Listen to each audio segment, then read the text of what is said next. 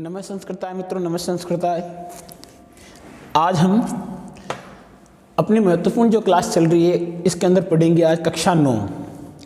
और कक्षा 9 की जो पाठ्य पुस्तक है उसका नाम है सेमुसी, जो सीबीएसई और आरबीएसई दोनों बोर्ड में एक समान से चलती है।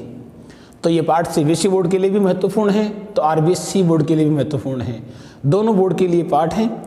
पाठ का नाम है पर्यावरणम और इस पाठ का जो नंबर है वो है 11 नंबर। पाठ नंबर 11, पाठ नंबर जो 11th है, लेसन नंबर, इसका शीर्षक पर्यावरणम है।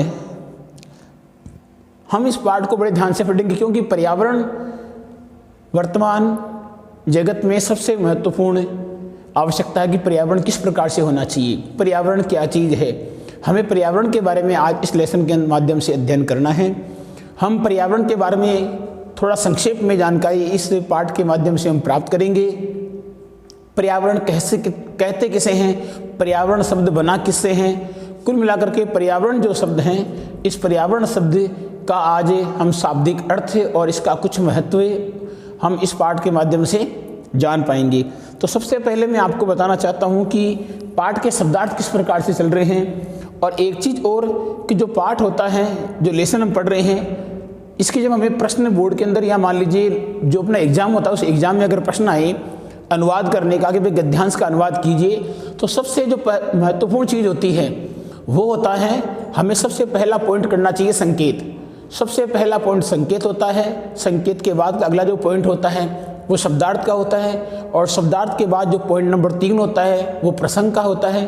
और पॉइंट नंबर 3 के बाद में जो अगला पॉइंट होता है वो होता है अनुवाद। और अनुवाद के बाद जो सबसे अंतिम पॉइंट होता है वो होता है विशेष। विशेष के अंदर व्याकरण संबंधी जितनी भी बातें हैं वो विशेष के अंदर गिनती जाती हैं। जैसे संधि क्या हो रही है शब्दों में, या समास क्या हो रहा है, या शब्दों के पहले उपसर्ग कौन सा लग रहा है, या प्रत्यय कौन सा लग रहा है, या कौन सा शब्द रूप है, कौन सा सर्वनाम शब्द है, या फिर लकार क्या है। मतलब कुल मिलाकर के जो व्याकरण संबंधी चीज़ें होती है उन्हें हम विशेष के अंतर्गत गिनते हैं। आज जो अपना पाठ है सबसे पहले हम इसके शब्दार्थ पढ़ेंगे। शब्दार्थ के बाद में हम प्रसंग की जानकारी लेंगे और प्रसंग के बाद में हम इस पाठ का अनुवाद है पढ़ेंगे। और चूंकि ये 2021 का जो एग्जाम होगा कक्षा 9th का, उसके अंदर ये अंतिम पाठ है। उसके हिसाब से जो कोर्स कटा है, जो 70% कोर्स गवर्नमेंट ने निर्धारित किया है, उसके अनुसार ये अंतिम पाठ है। तो आज इस 2021 सत्र का जो आपके अंतिम पाठ है उसका हम अध्ययन कर रहे हैं। शीर्षक क्या है इसका? पर्यावरणम। पर्यावरणम शीर्षक है इसका। तो पर्यावरण के बारे में ही हम आज पूरा पाठ पढ़ेंगे, पर्यावरण के बारे में जानकारी लेंगे। हमारा पाठ का नाम है पर्यावरण और सबसे पहला जो अपना शब्दार्थ आएगा वो भी क्या है? पर्यावरणम है। पर्यावरणम शब्द बना किससे है? पर्यावरण शब्द के अंदर परि उपसर्ग होता है और आवरणम इसका शब्द है।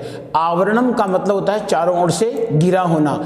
और जो संधि हो रही है इसके अंदर, संधि कौन सी हो रही है? यण स्वर संधि का प्रयोग किया गया है। पर्यावरण शब्द में कौन सी संधि है? यण स्वर संधि है। किस नियम से है? इको यणची के नियम से है। हमें नियम भी याद रखना है, कोई भी चीज़ न रटके हमें केवल उसको समझना है। समय शाम, और समय शाम का जो अर्थ होगा वो होगा सभी। समय शाम का मतलब क्या होता है? सभी। प्राणी नाम, प्राणी नाम का मतलब होता है जीवधारियों की, सभी जीवधारियों की। संरक्षणाय, और संरक्षणाय का मतलब होता है सुरक्षा के लिए। समधन रक्षणाय, समधन रक्षणाय। और संरक्षणाय का मतलब क्या होगा? सुरक्षा के लिए। यतते, यतते का मतलब होता है प्रयत्न करती है। यतते का मतलब प्रयत्न करती है, कोशिश करती है। और पुष्णाति, पुष्णाति का मतलब होता है पोषण करती है। पुष्णाति का मतलब क्या होगा? पोषण करती है। तर्पयति, तर्पयति का हमें नाम से सिद्ध होता है कि इसका अर्थ क्या होना चाहिए। तो तर्पयति का अर्थ होता है तृप्त करती है। तर्पयति का अर्थ क्या होता है? तृप्त करती है। तेज है, तेज यहाँ जो शब्द लिया गया वो प्रकाश के लिए लिया गया है। तेज का मतलब क्या होता है? प्रकाश होता है। तानी एव, तान्यव का संधि अगर हम विच्छेद करेंगे तो संधि विच्छेद होता है तानी धन एव। देखो जब तक संधि नहीं आएगी हम इन शब्दों को बोल भी नहीं पाएंगे। अब किसी को अगर लेसन पढ़ने के लिए कहा जाए तो वो इसको क्या पढ़ेगा? तान्यव पढ़ेगा। लेकिन ये तान्यव न पढ़ करके अगर इसको हम पढ़ने में ही तानी एव पढ़ें तो हमें संधि भी आ सकती है। और इसमें जो संधि प्रयुक्त हुई है वो यण स्वर संधि है। कौन सी संधि है? यण स्वर संधि। मिलित्वा, मिलित्वा के अंदर मिल धातु है, त्वा प्रत्यय है। मिलित्वा में धातु कौन सी है? मिल धातु। और प्रत्यय कौन सा है? त्वा प्रत्यय। शब्द का जो शब्द का अर्थ क्या हो गया, मिलकर के, क्या हो गया, मिलकर के। रचयंती, रचयंती में धातु कौन सी है, रच धातु है, लट लकार है, प्रथम पुरुष और बहुवचन है। लट लकार है रचयंती, रचयति, रचयतः, रचयंती, हमें पूरी चीज समझना है, बहुवचन है ये। आवृयते, आवृयते का मतलब होता है घेरे रहता है। आवृयते का मतलब क्या होगा, घेरे रहता है। परितः, परितः का मतलब होता है चारों ओर। परितः का मतलब क्या होगा, चारों ओर। समन्तात, समन्तात का मतलब होता है सभी ओर से। समन्तात का मतलब सभी ओर से। लोकः, लोकः का मतलब संसार होता है। लोकः का मतलब संसार। और यथा का मतलब होता है जैसे। यथा का मतलब जैसे। अजात शिशु है। अजात शिशु का अगर हम संधि विच्छेद करेंगे तो अजात है धन शिशु है। इस संधि का नाम क्या होगा, क्योंकि हम देख रहे हैं कि यहाँ पर स है और स के स्थान पर यहाँ पर विसर्ग हो गया, तो संधि का नाम भी क्या हो गया, सत्व विसर्ग संधि। संधि का नाम क्या होगा, सत्व विसर्ग संधि। आगे देखते हैं हम तिष्ठति। तिष्ठति का शब्दार्थ क्या होता है, सुरक्षित रहता है। तिष्ठति का शब्दार्थ क्या होगा, सुरक्षित रहता है। तिष्ठति में धातु कौन सी है, तो तिष्ठति की धातु होती है स्था धातु। स्था धातु है, लट लकार है, प्रथम पुरुष का एक वचन होता है तिष्ठति। तथैव, तथैव का अगर हम संधि विच्छेद करेंगे तो तथैव का संधि विच्छेद होता है तथा धन एव, और संधि का नाम क्या है, वृद्धि स्वर संधि। तथैव का संधि विच्छेद तथा धन एव, संधि का नाम होता है वृद्धि स्वर संधि। पर्यावरण कुक्षो, पर्यावरण कुक्षो का मतलब क्या होता है, पर्यावरण की गोद में, पर्यावरण की कोख में। पर्यावरण कुक्षो का मतलब क्या होगा, पर्यावरण की कोख में। और परिष्कृतम, परिष्कृतम का मतलब होता है शुद्ध। परिष्कृतम का मतलब क्या होगा, शुद्ध होगा, शुद्ध किया हुआ या शुद्ध। सद्विचारम, सद्विचारम का मतलब होता है अच्छे विचार। सद्विचारम का मतलब क्या होगा, अच्छे विचार। और चूंकि इसके अगर हम संधि भी करें तो सत्य धन विचारम, सत्य में त के हलंत और विचारम। तय वर्ण पहला वर्ण था और जब हमने संधि की तो तय वर्ण का तीसरा वर्ण बन गया द, और संधि का नाम होता है जस्त्व व्यंजन संधि। संधि कौन सी होती है, झलाम जसो अंत्य सूत्र से। किस सूत्र से, झलाम जसो अंत्य, इस सूत्र से संधि बनती है। उस संधि का नाम होता है जस्त्व संधि, जहां पर जस आदेश होता है।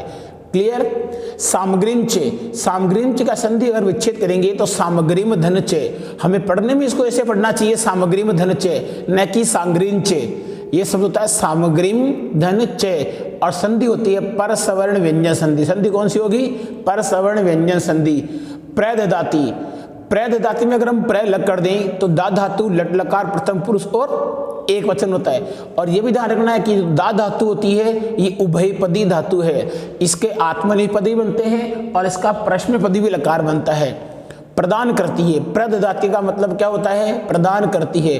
प्रकृति कोपे, प्रकृति के कोप से, प्रकृति के गुस्से से। तीसरी विभक्ति बहुवचन। यहाँ पर कोपे में कौन सी विभक्ति है, तृतीया विभक्ति का बहुवचन। प्रकृति के गुस्से से या प्रकृति के कोप से। किम कर्तुम प्रभवती, किम कर्तुम प्रभवती का मतलब क्या होता है, क्या कर सकता है। किम क्या, कर्तुम प्रभवती कर सकता है।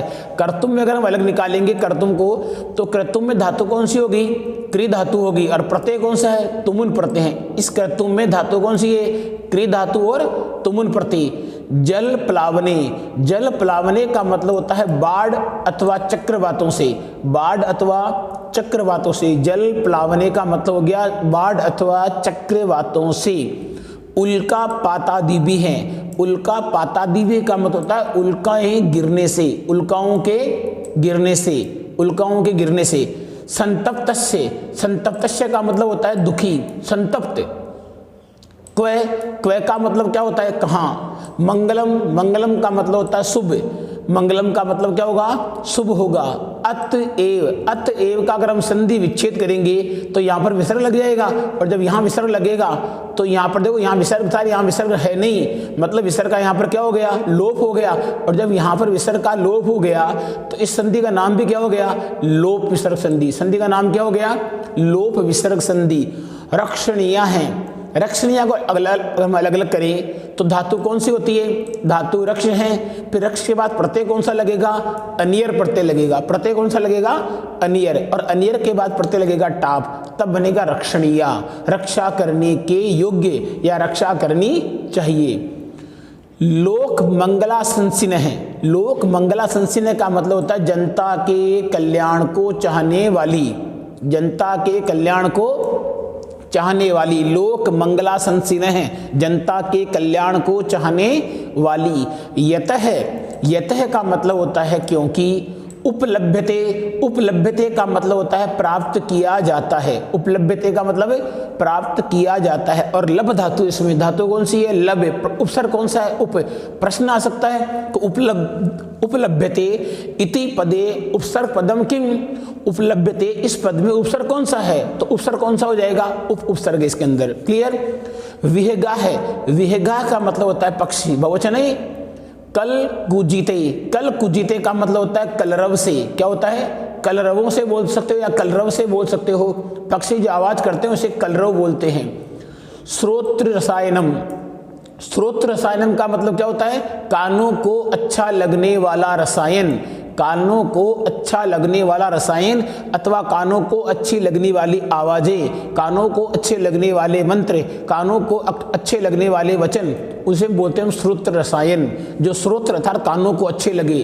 ददती, ददती दा धातु का बहुवचन है। दा धातु है, लट लकार है, प्रथम पुरुष का बहुवचन है। ददती का मतलब होता है देते हैं।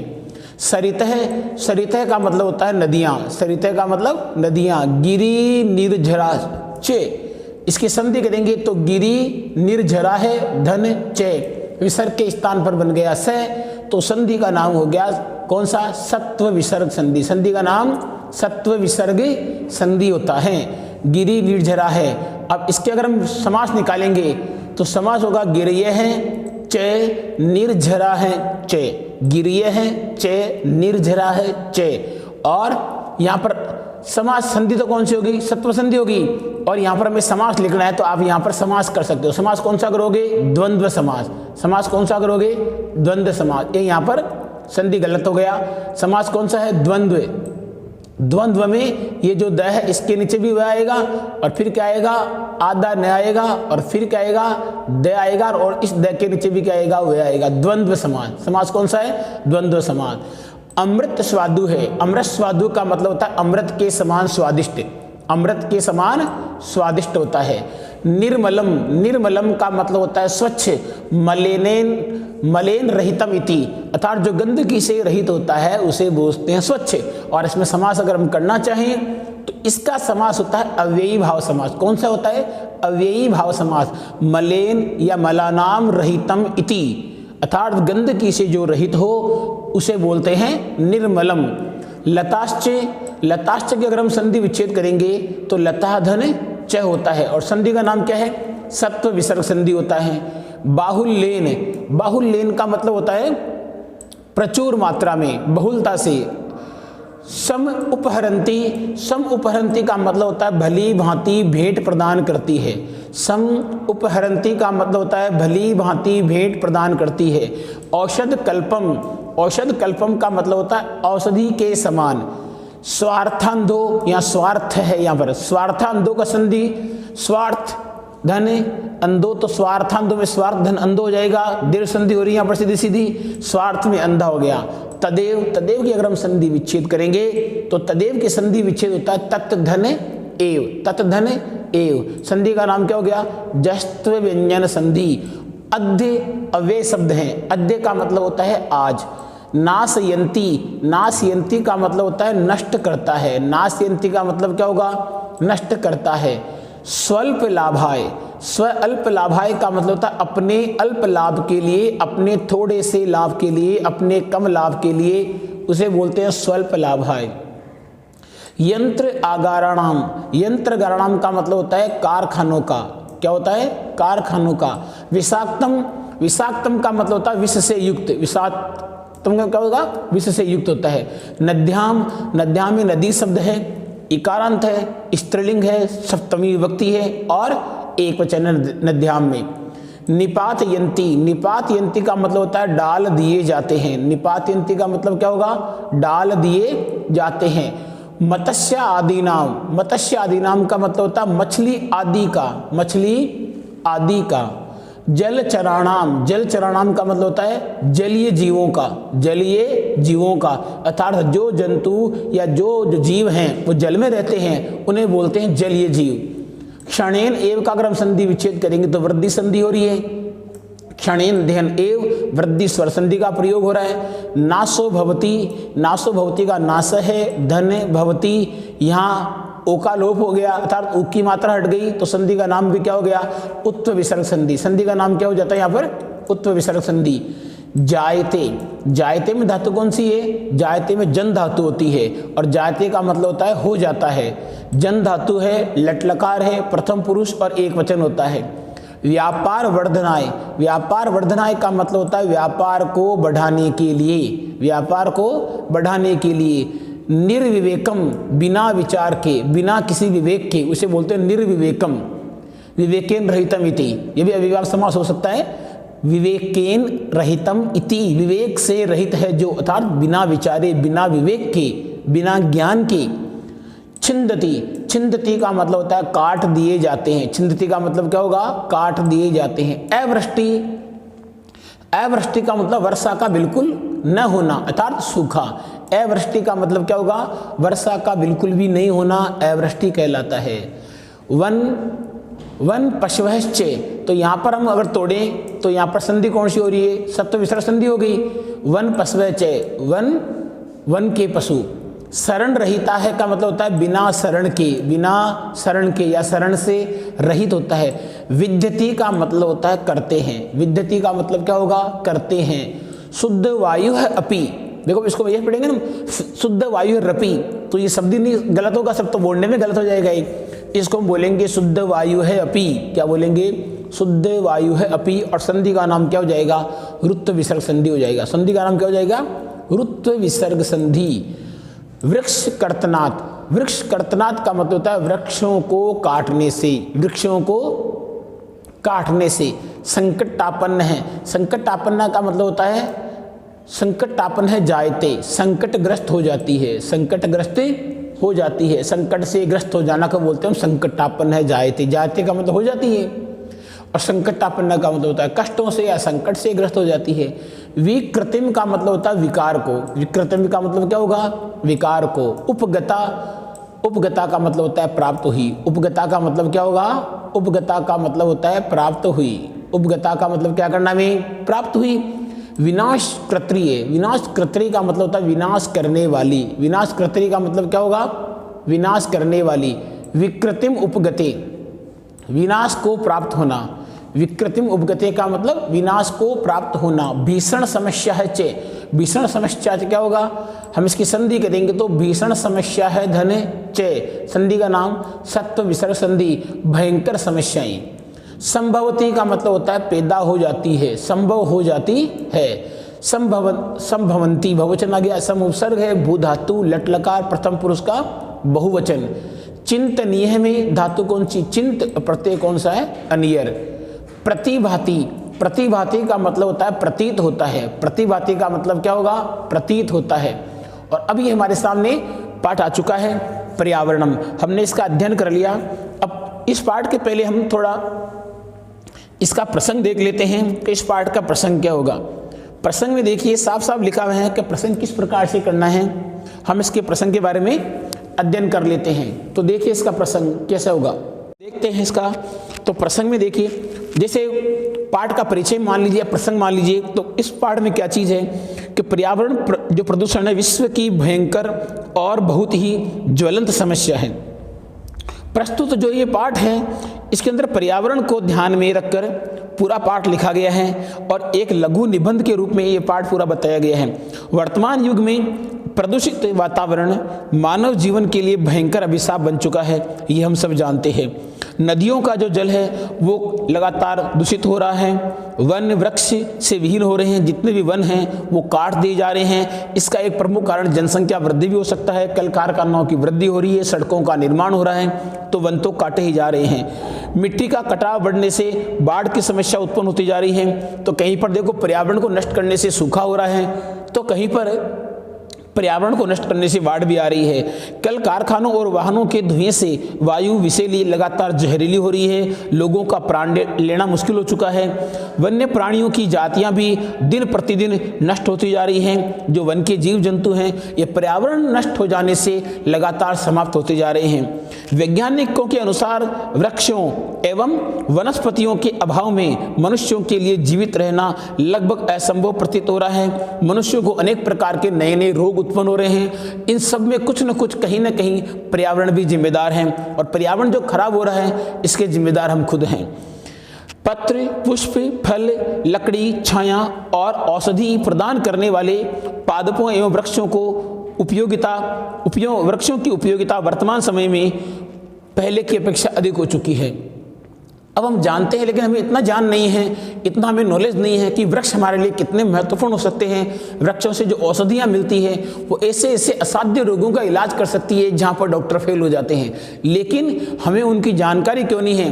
क्योंकि हम देख रहे हैं लगातार पर्यावरण नष्ट हो रहा है, तो जो हमारे औषधीय पौधे हैं वो भी अपना जो जीवन तोड़ रहे हैं, और उनका हमें नॉलेज नहीं हो पा रहा है कि कौन सा पौधा किस रोग के लिए काम आता है। बाकी अगर हम देखें तो बिना किसी साइड इफेक्ट के जो दवाइयाँ काम करती है वही आयुर्वेदिक दवाइयाँ होती है, और आयुर्वेदिक जितनी भी दवाइयाँ होती है ये हमें प्रकृति से प्राप्त होती है, ये बनाई नहीं जा सकती हैं। ऐसी परिस्थिति में हमारा कर्तव्य है कि हम पर्यावरण के संरक्षण के लिए, पर्यावरण की सुरक्षा के लिए उपाय करें। वृक्षारोपण, नदी जल की स्वच्छता, ऊर्जा के संरक्षण, बावड़ियाँ हैं, कुएं, तालाब, जो बगीचे हैं, बाग है आदि का निर्माण और उनको स्वच्छ रखने में प्रयत्नशील हैं, ताकि जीवन हमारा सुखमय बन सके। और अगर हम पर्यावरण का ध्यान रखेंगे तो पर्यावरण भी निश्चित रूप से है कि हमारा ध्यान रखेगा। हमें कुल मिलाकर के पर्यावरण के सुरक्षा के बारे में विचार करना चाहिए। अधिक नहीं, प्रत्येक जो पढ़ने वाला लगभग बच्चा है जो ये पाठ पढ़ रहा है, अपने प्रत्येक वर्ष में अपने एक नए जन्मदिन के अंदर मान लीजिए, या प्रत्येक वर्ष के अंदर मान लीजिए, या मान लो तो बरसात का समय आता है तो प्रत्येक बच्चे को, प्रत्येक छात्र को कम से कम प्रति साल 5 पौधे अवश्य लगाने चाहिए। अब मान लीजिए कक्षा 9 के अंदर कितने बच्चे हैं अगर ये पाठ पढ़ रहे हैं, तो उनसे निवेदन है कि जैसे ही बरसात का समय, क्योंकि अभी तो पौधे लगाने का कोई फायदा वाली बात है नहीं, लेकिन जैसे बरसात का मौसम आता है प्रत्येक बच्चे को 5 पौधे लगाने चाहिए। और पौधे ही नहीं लगाने चाहिए बल्कि उन पौधों की सुरक्षा की जिम्मेदारी भी लेनी चाहिए। पौधे लगाने मात्र से पौधे बड़े नहीं होंगे, उन पौधों की सुरक्षा भी हमें करनी होगी। उन्हें समय पर पानी पिलाना होगा, दवाइयों की व्यवस्था करनी होगी, पौधा बड़ा होना ही चाहिए। अब पढ़ते हम इस पाठ के बारे में अध्ययन कर लेते हैं। प्रकृति समेषां प्राणिनां संरक्षणा यतते। प्रकृति समेषां, देखो क्या लिखा है, प्रकृति है समेषां प्राणिनां संरक्षणा यतते, अर्थात प्रकृति सभी जीवधारियों की भली भांति रक्षा करने का प्रयत्न करती है। प्रकृति हमेशा सभी प्राणियों की सुरक्षा के लिए क्या करती है, प्रयत्न करती है। ध्यान से अनुवाद बोल रहा हूँ, व्याख्या नहीं करनी बच्चों को। एक समय की बात है, एक समय की कोई बात नहीं है, जो लिखा है वही बोलना, उसके अलावा मन से अगर जोड़ दिया तो अनुवाद आपका गलत हो सकता है। प्रकृति सभी जीवधारियों की भली भांति रक्षा करने का प्रयत्न करती है। इयम सर्वान, यह सभी को, इयम सर्वान ये सभी का क्या करती है, पुष्णाति, पोषण करती है। ये सभी का क्या करती है, पोषण करती है। विविधे प्रकारे, विभिन्न प्रकारों से, तो यह विभिन्न प्रकारों से सभी का क्या करती है, पोषण करती है। इयम सर्वान, यह सभी का विविधे प्रकारे, विभिन्न प्रकारों से, पुष्णाति का मतलब पोषण करती है।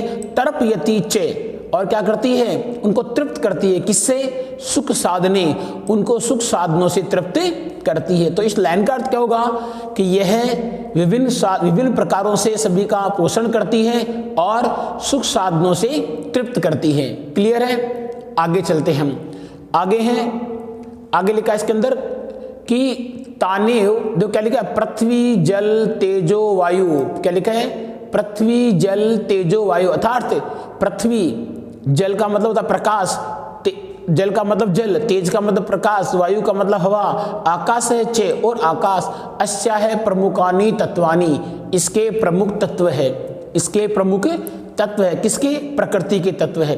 तानी एव उन्हें ही मिलित्वा, उनको ही मिला करके, पृथक्तया वा अथवा अलग से, अस्माकं पर्यावरणं रचयन्ति, अस्माकं पर्यावरण रचयन्ति, अर्थात पृथ्वी, जल, प्रकाश, हवा और आकाश इस प्रकृति के प्रमुख तत्व हैं। वे ही तत्व मिलकर, तानीय का मतलब वे ही, तानीय वे ही तत्व, मिलित्वा मतलब मिलकर, अर्थात वे ही मिलकर के, अथवा अलग से, अथवा अलग अलग क्या करते हैं, अथवा अलग अलग, अस्माकं पर्यावरणं रचयन्ति, हमारे पर्यावरण को बनाते हैं, हमारे पर्यावरण की रचना करते हैं। क्लियर है? तानी एवं मिलित्वा, वे ही मिलकर के, अथवा अलग से हमारे पर्यावरण को बनाते हैं। आवृते परितः समन्तात्, आवृते का मतलब क्या हो गया, आवृते का मतलब हो गया जिससे चारों ओर, क्या हो गया, जिससे चारों ओर या सभी ओर से, लेकिन समन्तात् का मतलब सभी ओर से, जिससे चारों ओर अथवा सभी ओर से, लोको अन्येन इति पर्यावरणम, क्या लिखा है, जिससे चारों ओर से या सभी ओर से, लोको का मतलब हो गया संसार। अर्थ है वो लाइन थोड़ी बड़ी ज़्यादा है, तो इसका अर्थ हमें बिल्कुल सही माध्यम से ही करना होगा। और इसका दोबारा देख लें, इस लाइन का हम दोबारा बताते हैं क्या अर्थ होगा इसका, कि यहाँ लिखा हुआ है अन्येन, देखो यहाँ लिखा हुआ अन्येन, अन्येन का मतलब इससे, आवृते चारों ओर, आवृते का मतलब हो गया चारों ओर, समन्तात् का मतलब सब ओर, क्या हो गया, सब ओर। तो इसका कुल मिलाकर अर्थ होगा जिससे चारों ओर या सभी ओर से यह लोक घिरा हुआ है। लोक है, लोक का मतलब संसार, और आवृत्ति का मतलब घिरा हुआ है, तो ये हो गया चारों ओर। अन्यन का मतलब क्या होता है, जिससे, तो जिससे चारों ओर अथवा सभी ओर से यह संसार, आवृत्ति का मतलब घिरा हुआ है। कुल मिलाकर के यह इसमें क्रिया है, आवृत्ति का मतलब घिरा हुआ है, ये क्रिया है। कौन घिरा हुआ है, संसार घिरा हुआ है, तो संसार क्या हो गया, कर्ता हो गया।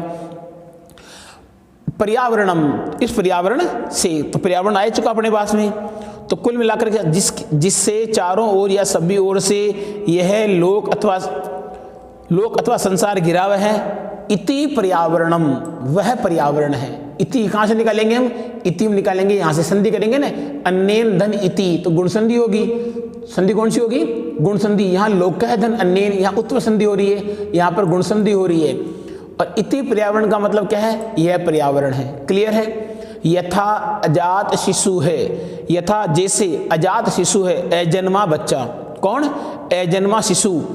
मातृ गर्भे, माता की कोख में, माता की कोख में, माता की कोख में सुरक्षित तिष्ठति, सुरक्षित रहता है। जिस प्रकार से एक अजन्मा बच्चा है माता की कोख में सुरक्षित रहता है, तथैव वैसे ही मानव है पर्यावरण कुक्षो, मानव पर्यावरण की कोख में, मानव पर्यावरण की कोख में। परिष्कृतम का मतलब क्या होता है, देखो परिष्कृतम का मतलब होता है साफ सुथरा। क्या होता है सर, साफ सुथरा। परिश्रम का मतलब क्या होगा, साफ सुथरा होता है। इसके आगे प्रदूषण रहितम छे, और प्रदूषण से रहित, और प्रदूषण से रहित, साफ सुथरा और प्रदूषण से रहित। पर्यावरणम, पर्यावरण अस्मभ्यम, हमारे सांसारिक जीवन सुखम, सांसारिक जीवन सुखों को, सांसारिक जीवन सुखों को, और सद्विचारम, अच्छे विचार को, सत्य संकल्पम, अच्छे संकल्प, सत्य संकल्प को, मांगलिक सामग्री चे, मांगलिक का मतलब शुभ सामग्री, क्या करता है, शुभ सामग्री या मांगलिक सामग्री बोल सकते हैं इसको। प्रददाति का मतलब प्रदान करता है। तो पर्यावरण हमें, अस्मभ्यम का मतलब हमें, दा धातु के योग में कौन सी विभक्ति आती है, चतुर्थी। तो अस्मभ्यम जो है इसमें चतुर्थी विभक्ति होती है। पर्यावरण हमें सांसारिक जीवन की सुख, अच्छे विचार, सत्य संकल्प और मांगलिक सामग्री प्रदान करता है। प्रकृति कोपे, प्रकृति के कोप से, प्रकृति के कोप से। आतंकितो भयभीत जन है मनुष्य, किम कर्तुम प्रभवती, क्या कर सके, क्या करे या क्या कर सकता है। मतलब प्रकृति के कोप से आतंकित या भयभीत मनुष्य क्या कर सकता है। प्रकृति के कोप से कोई भी नहीं बचा सकता। हम किसी के कोप से बच सकते हैं, लेकिन प्रकृति के कोप से बचना नामुमकिन होता है। और आगे आगे लिखा है इसके अंदर कि अग्नि भय, देखो क्या लिखा है, जन है किम, जल पनावने का मतलब क्या हो गया, जल पनावने का मतलब हो गया बाढ़ों से। अग्नि भय, अग्नि भय का मतलब होता है आग लगने से, भूकंपई, भूकंपों से, वात्या चक्रे का मतलब हो गया आपके धरती हिलने से, या मान लो आंधी तूफान मान सकते हैं इसको हम। देखो ये हो गया भूकंपों से और ये हो गया आंधी और तूफानों से। वात्या चक्र का मतलब हो गया आंधी और तूफानों से, उल्कापाती बीज और उल्काओं के गिरने से, संतप्त से मानवस्य, संतप्त मनुष्य का क्व मंगलम, कहाँ मंगल है। मतलब मनुष्य के पास में पर्यावरण की इतनी समस्या आगे संभव हो चुकी है कि उनका जो हल है वो निकालना थोड़ा मुश्किल हो रहा है। तो जल प्रणाली का बाढ़ों से, अग्नि से, भूकंपों से, आंधी तूफानों से, उल्काओं के गिरने से दुखी मनुष्य का कहाँ मंगल है, दुखी जो मनुष्य है वो कहाँ सुखी रह सकता है।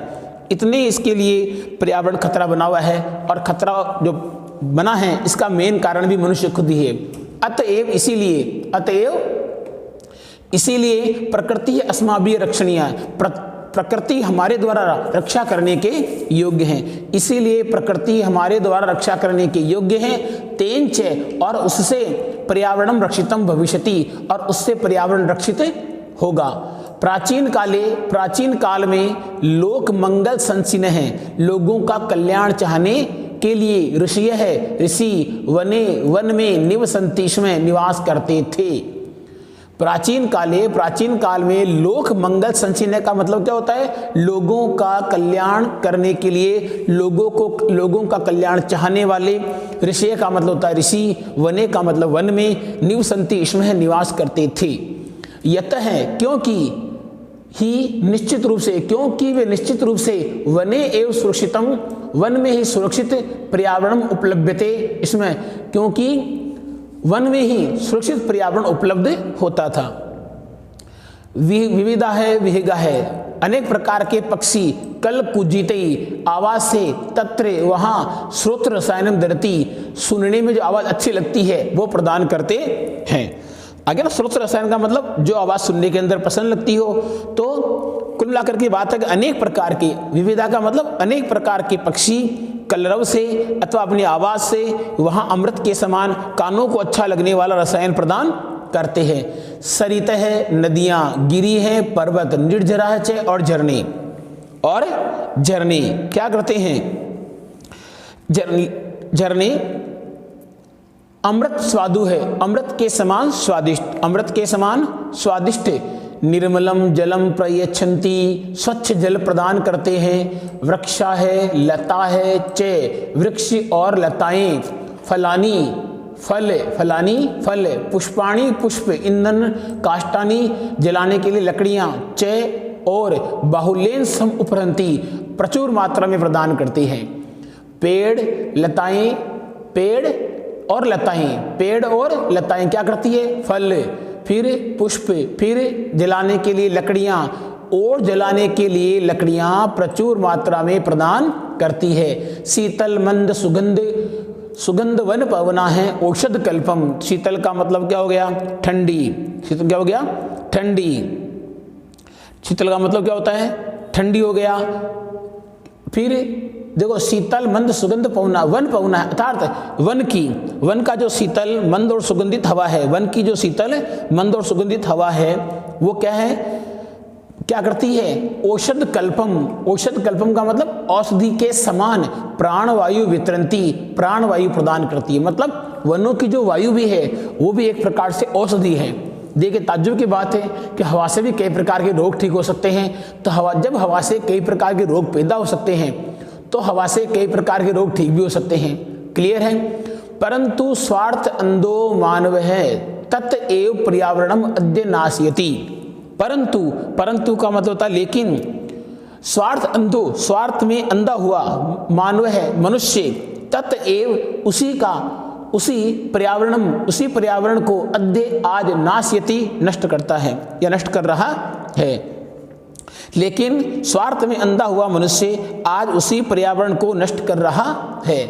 स्व अल्प लाभाय, अपने थोड़े से लाभ के लिए, जना बहुमूल्यानि वस्तूनि नाशयन्ति, मनुष्य बहुत ही बहुमूल्य वस्तुओं को नष्ट कर देते हैं। बहुत थोड़े लाभ के लिए मनुष्य अत्यधिक कीमती अथवा बहुमूल्य चीज़ों को नष्ट कर देते हैं। यंत्रागाराणाम, कारखानों का, विषाक्तम जहरीला जलम जल नद्याम निपात्यते, नदियों में डाल रहे हैं, जिससे, ये इनका मतलब जिससे, मत्स्य आदि नाम जलचराणाम चे, जिससे मछली आदि जीवों का, जिससे मछली आदि जीवों का या जीव क्षणेन एव नाश जायते, जिससे मछली आदि जीवों का पल भर में ही नाश हो जाता है।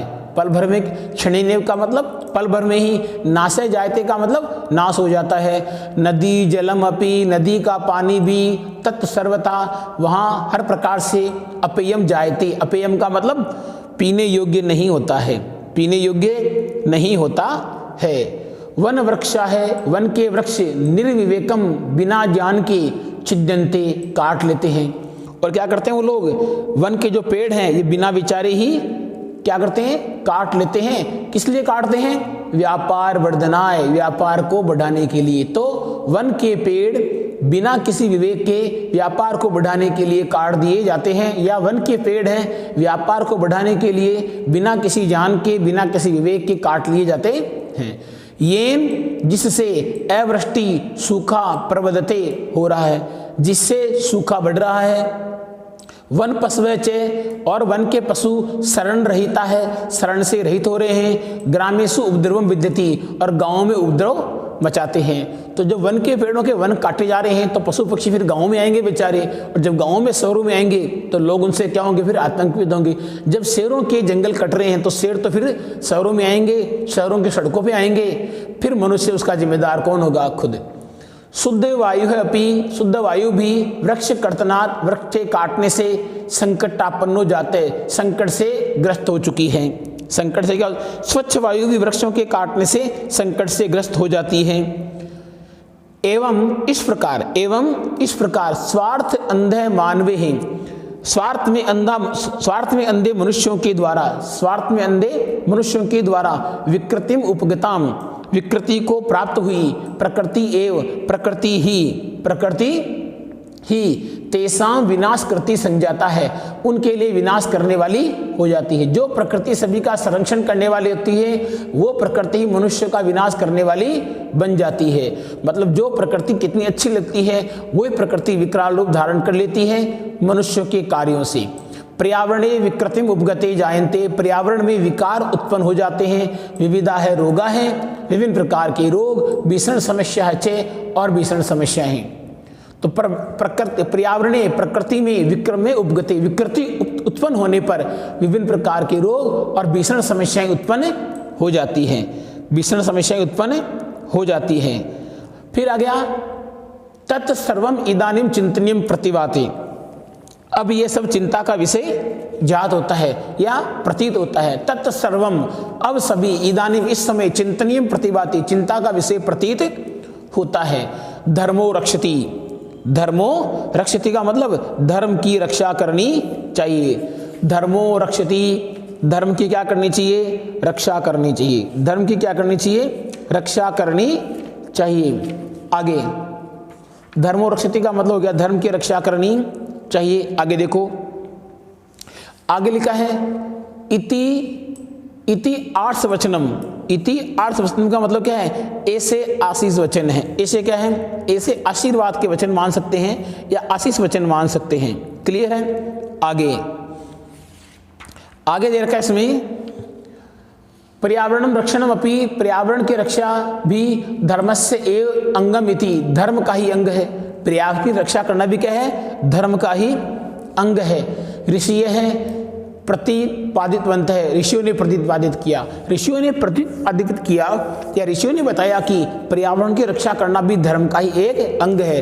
तत् एव, वही वापी कूप तड़ागा आदि निर्माणम, बावड़ियों का, कुएं का, तालाबों का आदि का निर्माण, देवायत, देवयतन, विश्राम गृह, देवयतन का मतलब हो गया धर्मशालाएं और विश्राम गृह, आदि स्थापनम चे, आदि स्थापना धर्म सिद्धे, धर्म की सिद्धि का स्रोत रूपेण अंगीकृतम, स्रोत के रूप में स्वीकार करना चाहिए। मतलब वहाँ भी क्या है, बावड़ियाँ खुदवाना, कुएं बनवाना, तालाब बनवाना, तालाब आदि का निर्माण, और देवायतन का मतलब होता है यात्री सुरक्षा के लिए, और धर्मशालाएं आदि की स्थापना भी धर्म सिद्धि का ही धर्म सिद्धि के स्रोत के रूप में हमें स्वीकार करना चाहिए। अंगीकृतम का मतलब होता है स्वीकार करना चाहिए। कुक्कुर और सुकर, सर्पन, कुलादि स्थलचरा है। कुक्कुर का मतलब कुत्ते हो गया, सुअर हो गए, या सर्पन का मतलब रेंगने वाले जंतु हो गए। आदि जो स्थलचर जीव हैं, मत्स्य का मतलब मछलियां, कछुए और मगरमच्छ इत्यादि जलचरा अपि रक्षणीय हैं। इन जलचरों की हमें क्या करनी चाहिए? रक्षा करनी चाहिए। यतः ते, यतः मतलब क्योंकि वे स्थलम आपादेन अपि जलम अपरण, देखो क्या लिखा है, स्थलम अलापनोदिनो जलम अपलहा पर हर निश्चय है। इसका मतलब हो गया कि ये सभी जो जीव हैं, ये सब जीव प्रकृति की सुरक्षा करने, यतः क्योंकि स्थल पे रहने वाले जितने भी जीव हैं ये जलचर जीवों के अधीन नहीं हो, अर्थात जलचर जीवों के अंदर जाकर के नहीं मिले।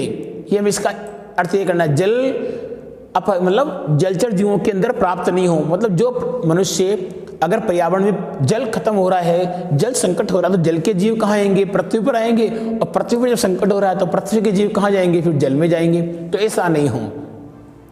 प्रकृति रक्षया एव, प्रकृति की रक्षा के द्वारा ही संभव है लोक रक्षा इति, लोक की रक्षा, संसार की, मतलब प्रकृति की रक्षा से ही संसार की रक्षा संभव है। इति न संशय है, इसमें कोई भी संशय नहीं है, इसमें कोई भी संशय नहीं है।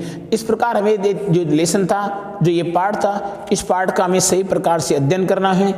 हमें कहीं भी इस पाठ के बारे में अगर कोई समस्या है, वैसे समस्या आनी नहीं चाहिए, लेकिन फिर भी अगर मान लो समस्या हो जाती है तो उस समस्या का हमें हल ढूंढना ही होगा। इस पाठ का अनुवाद करना है पहले, और अनुवाद करने के बाद है हमें इस पाठ जो शब्दार्थ के बाद में अनुवाद करना है। इस प्रकार ये पाठ समाप्त होता है। हमें ध्यान रखना है, पहले शब्दार्थ के बाद में अनुवाद करना है। प्रसंग मैंने पूरा बता दिया, पर्यावरण का क्या अर्थ होता है, पर्यावरण कितना मनुष्य के लिए आवश्यक है। इसके साथ ये पाठ समाप्त होता है, आज की क्लास समाप्त होती है। नमः संस्कृताय मित्रों, नमः संस्कृताय।